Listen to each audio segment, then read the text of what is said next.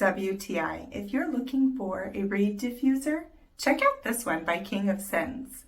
The scent is rich, royal, delicate, and light.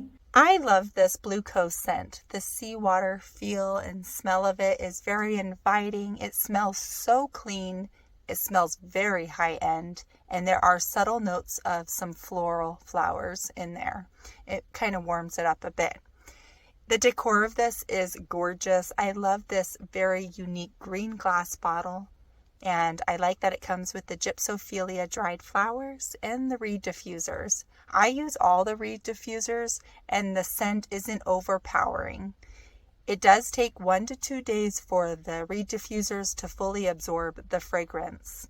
If over time you feel like, wow, this is starting to subtly subside, you could always flip those diffusers over or get new ones, but I have not had that problem. I also noticed that this is a large fragrance bottle, so this is going to last me a very long time. I love having it in my bathroom, but I also think it would go anywhere in my house and look amazing. This also is the best idea if you're looking for a gift and you don't know what to get, because this is such an original gift and it really brings me so much joy to have it in my home. We love it, but that's just my point of view.